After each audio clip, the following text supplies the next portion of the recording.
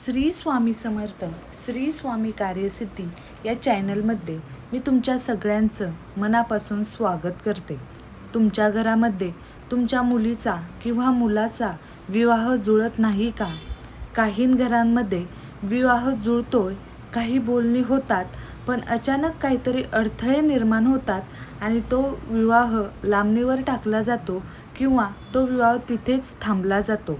असं तुमच्याही घरामध्ये होत असेल तर मी तुम्हाला आजच्या व्हिडिओमध्ये एक असा नारळाचा प्रभावी उपाय सांगणार आहे। त्याने 21 दिवसात तुमच्या घरामध्ये ज्या मुलाचा किंवा मुलीचा विवाह होणार असेल तो नक्की होणार आहे।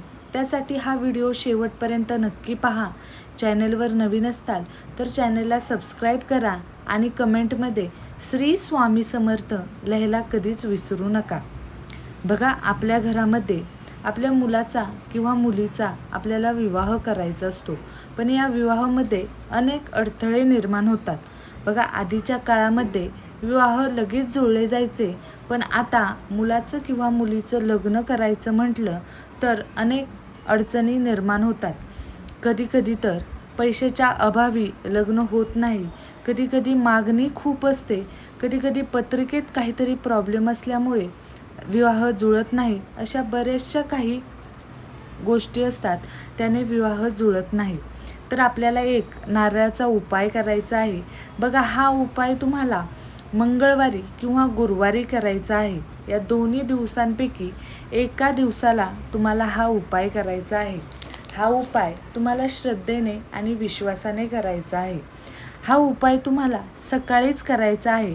सकाळी 11 वाजायच्या आतमध्ये तुम्ही जर हा उपाय केला तर त्याचा प्रभाव अधिक पडणार आहे।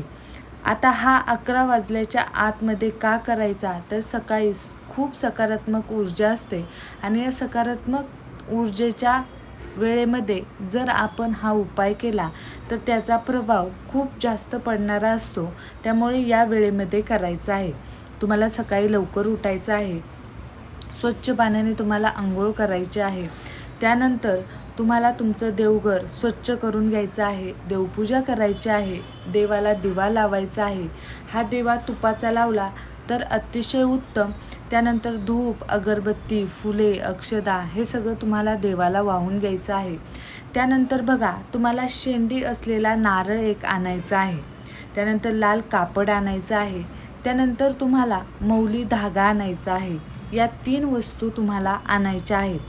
पहिली गोष्ट नारळ म्हणजे शेंडी असलेला नारळ तुम्हाला आणायचा आहे, दुसरं म्हणजे लाल कापड तुम्हाला आणायचं आहे आणि तिसरं म्हणजे मौली धागा तुम्हाला आणायचा आहे।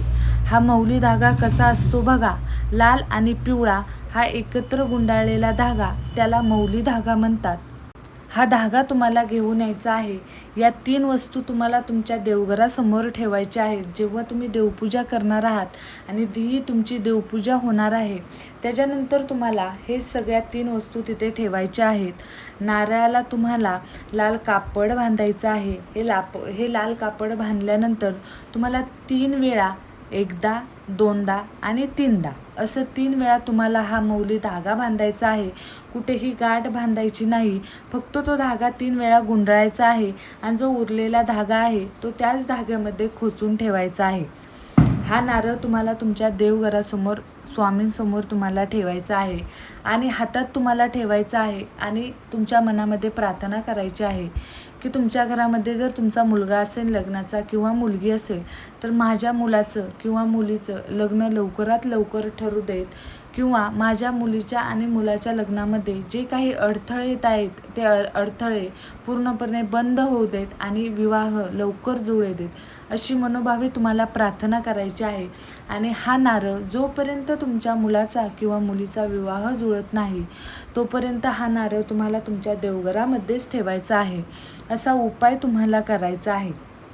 बघा, जेव्हा तुम्ही हा उपाय करणार आहात तेव्हा त्याच्यानंतर बघा, काही लोकांची अशी इच्छा असते की मी आज उपाय केला आहे तर मला त्याचा फरक लगेच दुसऱ्या दिवशी जाणवला पाहिजे। बऱ्याच जणांची अशी इच्छा असते की मी आज उपाय केला आहे, मला उद्या लगेच फरक पडला पाहिजे.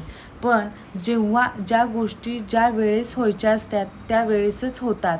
त्यामुळे घाई करायची नाही. तुम्ही उपाय करा, श्रद्धेने करा, विश्वासाने करा. जेव्हा तुम्ही श्रद्धेने आणि विश्वासाने हा उपाय करणार आहात तेव्हा या उपायाचं नक्कीच फळ तुम्हाला मिळणार आहे. आणि स्वामी महाराजांना जेव्हा तुम्हाला ह्या सेवेचं फळ द्यायचं आहे तेव्हा स्वामी महाराज नक्की तुम्हाला या सेवेचं फळ देणार आहेत. फक्त तुमच्या मनामध्ये तितकी श्रद्धा आणि विश्वास असला पाहिजे. ही श्रद्धा आणि विश्वासच आपल्या या म्हणजे आपण जो उपाय करणार आहे त्या उपायाचं आपल्याला फळ देणार आहे.